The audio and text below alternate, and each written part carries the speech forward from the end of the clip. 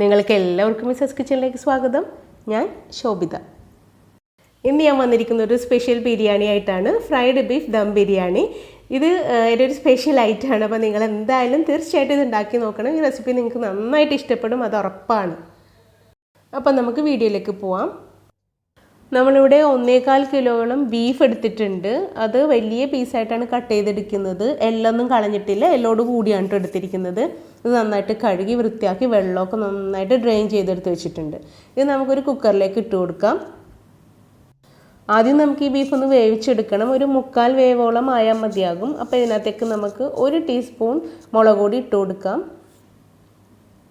ഒരു 1/4 ടീസ്പൂൺ മഞ്ഞൾ പൊടി, 1/2 ടീസ്പൂൺ മസാലപ്പൊടി, 1/2 ടീസ്പൂൺ കുരുമുളക് പൊടി, ആവശ്യത്തിന് ഉപ്പ്, 1 ടീസ്പൂൺ ഇഞ്ചി വെളുത്തുള്ളി പേസ്റ്റ്. ഇവ ഇട്ടിട്ട് നന്നായിട്ടൊന്ന് കൈ കൊണ്ട് നന്നായിട്ടൊന്ന് മിക്സ് ചെയ്തെടുക്കാം. 1/4 കപ്പ് വെള്ളം ഒഴിച്ചിട്ട് അടച്ചു മൂടി വെയിറ്റ് ഇട്ടിട്ട് നമുക്കിതൊന്ന് 1/4 വേവാവുന്നത് വരെ വേവിച്ചെടുക്കണം. നമുക്കിത് ഫ്രൈ ചെയ്യാണ്ട് പിന്നെ ദം ചെയ്യാനൊക്കെ ഉണ്ട്. അപ്പോൾ 1/4 വേവ് ആയാൽ മതിയാകും. വേവ് കറക്റ്റ് വേവ് ആയിട്ടുണ്ടെങ്കിൽ ഇത് വല്ലാണ്ട് വെന്ത് പോകും. അപ്പോൾ അതുകൊണ്ട് ഞാൻ ഒരു വിസിൽ വന്നതിന് ശേഷം സിമ്മിൽ ഒരു 7 മിനിറ്റ് വെച്ചിട്ട് ഫ്ലെയിം ഓഫ് ചെയ്തു. എന്നിട്ട് ആവി പോയപ്പോൾ തുറന്നു നോക്കിയപ്പോൾ ഇത് കറക്റ്റ് 1/4 വേവായി കിട്ടിയിട്ടുണ്ട് കേട്ടോ. അപ്പോൾ ഓരോ കുക്കർ അനുസരിച്ച് അതിൻ്റെ സമയത്തിലൊക്കെ മാറ്റം വരും. ഇനി നമുക്ക് ബിരിയാണി വയ്ക്കാനുള്ള അരി ഒന്ന് കുതിരാൻ വയ്ക്കണം. അപ്പോൾ നന്നായിട്ട് കഴുകിയിട്ട് ഇതിൻ്റെ അരിയുടെ ഇരട്ടി വെള്ളം ഒഴിച്ചിട്ടൊന്ന് കുതിരാൻ വയ്ക്കാം. അപ്പോൾ ഞാനിവിടെ ഒരു പാത്രം അരി എടുത്തിട്ടുണ്ട്. ഇത് ഏതാണ്ട് 1/4 കിലോളം വരും. പക്ഷേ നമ്മുടെ ബീഫ് 1 കിലോത്തിൽ കൂടുതലുള്ള കാരണം 1 കിലോ അരി വരെ എടുക്കാം കേട്ടോ. എൻ്റെ വയ്ക്കുന്ന പാത്രം കുറച്ച് ചെറുതായത് കാരണം ഞാൻ കുറച്ച് കുറവളവാണ് അരി എടുത്തിരിക്കുന്നത്. ഞാനിവിടെ ചെറിയ അരിയാണ് എടുത്തിരിക്കുന്നത്. ഇത് ഒരു അരമണിക്കൂർ വെള്ളത്തിൽ കുതിർത്താൽ മതിയാകും. ഇനി നീളമുള്ള അരിയാണെങ്കിൽ ബസ്മതി റൈസ് ആണെങ്കിൽ നമുക്ക് 1 മണിക്കൂറെങ്കിലും വെള്ളത്തിൽ കുതിരാൻ വയ്ക്കണം. ഇനി ഒരു പാനിൽ 5-6 ടേബിൾ സ്പൂൺ വെളിച്ചെണ്ണ ചൂടാക്കാൻ വയ്ക്കാം. ഒരു 3 വലിയ സവാള നീളത്തിൽ അരിഞ്ഞെടുത്തിട്ടുണ്ട്. അതിൻ്റെ പകുതി നമുക്ക് ഈ വെളിച്ചെണ്ണയിൽ ഇട്ടൊന്ന് ഫ്രൈ ചെയ്തെടുക്കാം. നന്നായിട്ടൊന്ന് മൊരിച്ചെടുക്കണം. അപ്പോൾ ഇതുപോലെ കൈവച്ചൊന്ന് അടർത്തിയിട്ട് കൊടുത്താൽ നമുക്ക് ഫ്രൈ ചെയ്യാൻ കുറച്ച് എളുപ്പമായിരിക്കും. അപ്പോൾ അരിഞ്ഞു വെച്ച 3 സവാളയിൽ പകുതി ഇട്ട് കൊടുത്തിട്ടുണ്ട്. ഇനി ഇത് നമുക്ക് ഹൈ ഫ്ലെയിമിൽ ഇത് നന്നായിട്ടൊന്ന് മൊരിച്ചെടുക്കാം. അപ്പോൾ ഇത്രയും മൊരിഞ്ഞാൽ മതിയാകും. ഇതൊരു നന്നായിട്ട് മൊരിഞ്ഞിട്ടുണ്ട്. ഇനി നമുക്കിതൊന്ന് ഒരു പ്ലേറ്റിലേക്ക് കോരി മാറ്റാം. എന്നിട്ട് ബാക്കി ആ പകുതി സവാള ഈ സെയിം വെളിച്ചെണ്ണയിലേക്ക് ഇട്ട് കൊടുക്കാം. ഇത് മൊത്തം കോരി മാറ്റിയിട്ടിട്ട് ബാക്കി സവാള അതിനകത്തേക്ക് ഇട്ടിട്ടൊന്ന് വഴറ്റിയെടുക്കാം. അപ്പോൾ ഇത് വല്ലാണ്ട് ഫ്രൈ ആവണ്ട, ഒന്ന് സോഫ്റ്റ് ആയാൽ മതി കേട്ടോ. ഇപ്പോൾ ഇട്ടങ്ങനെ സവാള ഒന്ന് സോഫ്റ്റ് ആയാൽ മാത്രം മതി. അപ്പോൾ ഈ സവാളയുടെ കളർ ചെറുതായിട്ട് ചേഞ്ച് ആയിട്ടുണ്ട്. അപ്പോൾ ഇത്രയും സോഫ്റ്റ് ആയാൽ മതിയാകും. ഇനി ഇതും നമുക്ക് വേറൊരു പ്ലേറ്റിലേക്ക് കോരി മാറ്റാം. നമുക്ക് കുറച്ച് എളുപ്പത്തിൽ ഇപ്പോൾ കുറച്ചധികം വെളിച്ചെണ്ണയുള്ള കാരണം സവാള വഴറ്റാൻ കുറച്ച് എളുപ്പമായിരിക്കും. അതാണ് ആദ്യം തന്നെ നമ്മൾ ഈ സവാള ഒന്ന് വഴറ്റി മാറ്റി വെച്ചത് കേട്ടോ. അപ്പോൾ ഇങ്ങനെ ചെയ്യുമ്പോൾ നമുക്ക് വെളിച്ചെണ്ണ ഒട്ടും വേസ്റ്റ് ആവില്ല. ഈ സെയിം പാനിൽ തന്നെയാണ് കേട്ടോ നമ്മൾ ബിരിയാണിയും വയ്ക്കുന്നത്. അപ്പോൾ നമ്മുടെ കുക്കറിൻ്റെ ആവിയൊക്കെ പോയിട്ടുണ്ട്. നമുക്ക് തുറന്നു നോക്കാം. അപ്പോൾ ഒരു 1/4 വേവ് തന്നെ ആയിട്ടുണ്ട്. എല്ലിൽ നിന്ന് വിട്ട പോലെയൊക്കെ തോന്നുന്നുണ്ട്, പക്ഷേ 1/4 വേവ് ആയിട്ടുള്ളൂ, ഓവർ വേവ് ഒന്നും ആയിട്ടില്ല കേട്ടോ.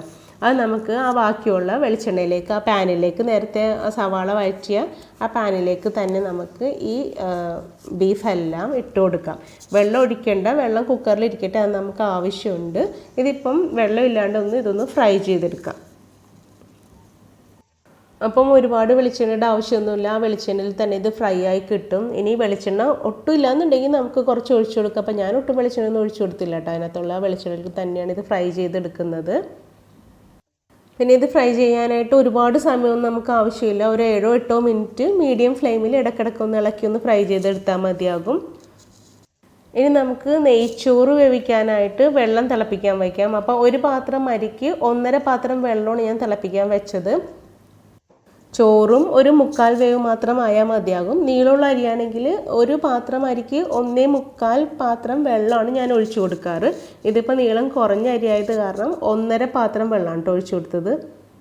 അപ്പോൾ അതാ ബീഫ് ഇത്രയും മൊരിഞ്ഞ് കിട്ടിയിട്ടുണ്ട്. അതും നമുക്ക് ഒരു പ്ലേറ്റിലേക്ക് മാറ്റി വയ്ക്കാം. അപ്പോൾ ഞാൻ സവാള നേരത്തെ വെച്ച പ്ലേറ്റിലേക്ക് തന്നെയാണ് മാറ്റി വെച്ചത്. ഇനി ബാക്കിയുള്ള വെളിച്ചെണ്ണയിലേക്ക് 2 ടീസ്പൂൺ ഇഞ്ചി വെളുത്തുള്ളി പേസ്റ്റ് ഇട്ട് കൊടുക്കാം. ഇതൊന്ന് നന്നായിട്ട് വഴറ്റിയെടുക്കാം. മീഡിയം ഫ്ലെയിമിൽ 2 മിനിറ്റ് നന്നായിട്ട് ഇതൊന്ന് വഴറ്റിയെടുക്കാം. എന്നിട്ട് നമ്മൾ നേരത്തെ വഴറ്റി കോരി മാറ്റി വെച്ച സവാള ഉണ്ടല്ലോ അതും ഇട്ടിട്ട് ഒന്നും കൂടെ ഒന്ന് വഴറ്റിയെടുക്കാം. സവാള ചേർത്തതിന് ശേഷം നമുക്കൊരു 3 മിനിറ്റും കൂടെ വഴറ്റിയെടുക്കാം. ഇനി നമുക്ക് ഇതിനകത്തേക്ക് ചതച്ച പച്ചമുളക് ചേർത്ത് കൊടുക്കണം. ഞാൻ ഇവിടെ ഒരു 6 നല്ല എരിവുള്ള പച്ചമുളക് ചതച്ചെടുത്തിട്ടുണ്ട്, അത് ചേർത്ത് കൊടുക്കണേണ്. അപ്പോൾ നമ്മുടെ ഇഷ്ടമുള്ള നമുക്ക് എത്ര എരിവ് വേണം അതനുസരിച്ച് നമുക്ക് പച്ചമുളക് കൂട്ടുകയും കുറയ്ക്കുകയും ചെയ്യാം. എന്നിട്ട് 1 മിനിറ്റും കൂടെ ഒന്ന് നന്നായിട്ട് വഴറ്റിയെടുക്കാം. ഇനി ഇതിനകത്തേക്ക് കട്ട് ചെയ്ത ഒരു വലിയ തക്കാളിയും കൂടി ചേർത്ത് കൊടുക്കാം.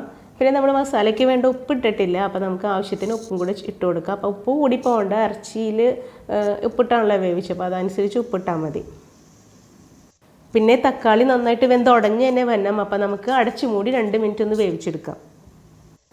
അപ്പോൾ നെയ്ച്ചോറിന് വെച്ച വെള്ളം തിളക്കുന്നുണ്ട്. നമുക്ക് അതിനകത്തേക്ക് ആവശ്യത്തിന് ഉപ്പ് ചേർത്ത് കൊടുത്തിട്ട് ഉപ്പ് കറക്റ്റാണോ എന്ന് നോക്കാം.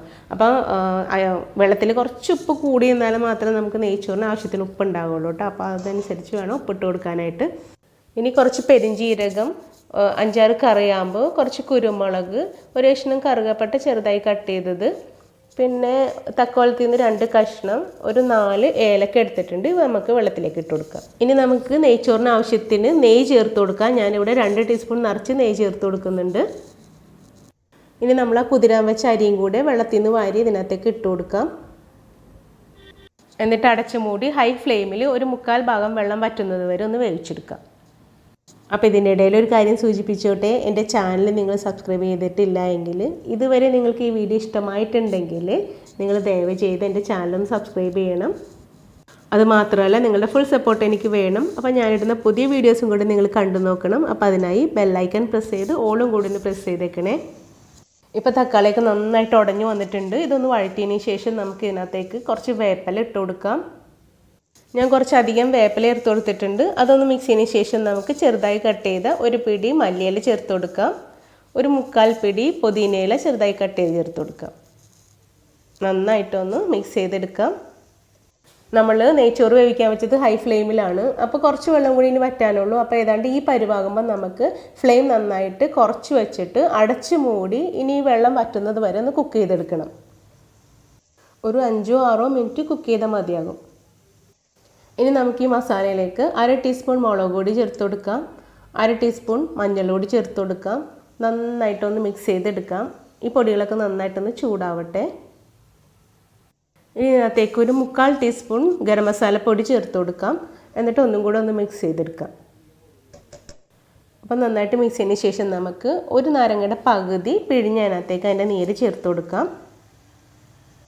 ഒന്ന് മിക്സ് ചെയ്തതിന് ശേഷം ആ ഫ്രൈ ചെയ്ത് വെച്ച ബീഫ് ഇതിനകത്തേക്ക് ഇട്ട് കൊടുക്കാം. ഇനി ഇത് മസാല ആയിട്ട് നന്നായിട്ടൊന്ന് മിക്സ് ചെയ്തെടുക്കാം.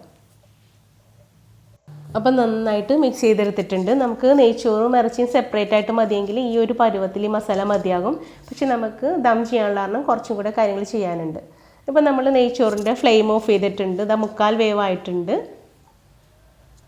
ദം ചെയ്യാനുള്ള കാരണം നെയ്ച്ചോറ് 1/4 വേവ് മാത്രം വേവിച്ചുള്ളൂ കേട്ടോ. ഇനി നമുക്ക് ആ കുക്കറിലുള്ള ഇറച്ചി വേവിച്ച വെള്ളം മസാലയിലേക്ക് ഒഴിച്ചു കൊടുക്കാം. എന്നിട്ട് നന്നായിട്ടൊന്ന് മിക്സ് ചെയ്തെടുക്കാം. അപ്പം മൊത്തം വെള്ളം ഞാൻ ഇതിനകത്തേക്ക് ഒഴിച്ചു കൊടുത്തിട്ടുണ്ട്. ഇനി നന്നായിട്ട് മിക്സ് ചെയ്തതിന് ശേഷം നമുക്ക് ആ മൊരിയിച്ച് ഏറ്റവും ആദ്യം നമ്മൾ സവാള മൊരിയിച്ച് വെച്ചില്ലേ, ആ മൊരിയിച്ച് വെച്ച സവാളയുടെ പകുതി നമുക്ക് ഇതിനകത്തേക്ക് ചേർത്ത് കൊടുക്കാം. വീണ്ടും നന്നായിട്ട് മിക്സ് ചെയ്തതിന് ശേഷം നമുക്ക് ലോ ഫ്ലെയിമിൽ ഒരു 3 മിനിറ്റ് അടച്ചു മൂടി വയ്ക്കാം. അപ്പോൾ മസാല റെഡിയാക്കിയതിന് ശേഷം ഒരല്പം നേരം ഇതുപോലെ ഒന്ന് തിളപ്പിക്കുന്നത് നല്ലതായിരിക്കും. എന്നിട്ട് നമുക്ക് മൂടി തുറന്നിട്ട് കുറച്ച് മസാല ഞാൻ മാറ്റണേന്ന് ഞാൻ പറഞ്ഞില്ലേ, അരി കുറച്ച് എടുത്തുള്ളൂ, 1/4 കിലോ അരി എടുത്തുള്ളൂ. 1 കിലോ അരിയുടെ മസാല ഞാൻ എടുത്തിട്ടുണ്ട്. അപ്പോൾ ഞാൻ കുറച്ച് മസാല ഞാൻ കോരി മാറ്റണേന്ന്. എന്നിട്ട് ബാക്കി മസാലയുടെ മുകളിലേക്ക് നമുക്ക് ആ റൈസ് ഇട്ട് കൊടുക്കാം. അപ്പം മുഴുവനും റൈസ് എൻ്റെ മുകളിലേക്ക് ഇട്ട് കൊടുത്തിട്ടുണ്ട്. ഇനി ഇതൊന്ന് ഗാർണിഷ് ചെയ്യാനായിട്ട് കുറച്ച് അണ്ടിപ്പരിപ്പും മുന്തിരിയും ഫ്രൈ ചെയ്തെടുത്ത് വെച്ചിട്ടുണ്ട്.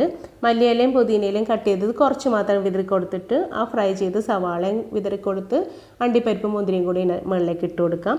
എന്നിട്ട് നമുക്ക് ഒരു 8 മിനിറ്റ് വളരെ ലോ ഫ്ലെയിമിൽ വെച്ചിട്ട് ഒന്ന് ദം ചെയ്തെടുക്കാം. ഇതിൻ്റെ ലിഡ് ടൈറ്റ് അല്ലെങ്കിൽ വേറൊരു ലിഡ് വെച്ചിട്ട് നമുക്ക് അതിൻ്റെ മുകളിൽ വെയിറ്റ് വെച്ചിട്ട് ദം ചെയ്യാവുന്നതാണ്. അല്ലെങ്കിൽ നിങ്ങൾ എങ്ങനെയാണോ ദം ചെയ്തെടുക്കാറ് അതുപോലെ ദം ചെയ്തെടുക്കാം. അപ്പോൾ നല്ല സൂപ്പർ ടേസ്റ്റിലെ fried beef dum biryani ready ആയിട്ടുണ്ട്. നമുക്കിതിന് സെർവ് ചെയ്യാം. അപ്പോൾ ഈ വീഡിയോക്ക് ഇപ്പം തന്നെ നിങ്ങളൊരു ലൈക്ക് കൊടുത്തേക്ക്. നല്ല അടിപൊളി ടേസ്റ്റാണ്. നന്നായിട്ട് നിങ്ങൾക്ക് എല്ലാവർക്കും നന്നായിട്ട് ഇഷ്ടപ്പെടും. അപ്പോൾ നിങ്ങൾ നിങ്ങളുടെ ഫ്രണ്ട്സ് ആൻഡ് ഫാമിലിക്ക് ഇത് ഷെയർ ചെയ്തേക്കണേ. മാത്രമല്ല നിങ്ങളിത് ഉണ്ടാക്കിയിട്ട് നിങ്ങളുടെ അഭിപ്രായങ്ങളും നിർദ്ദേശങ്ങളും എൻ്റെ കമൻറ്റ് ബോക്സിൽ തീർച്ചയായിട്ടും അറിയിക്കണം. Thank you so much for watching. By.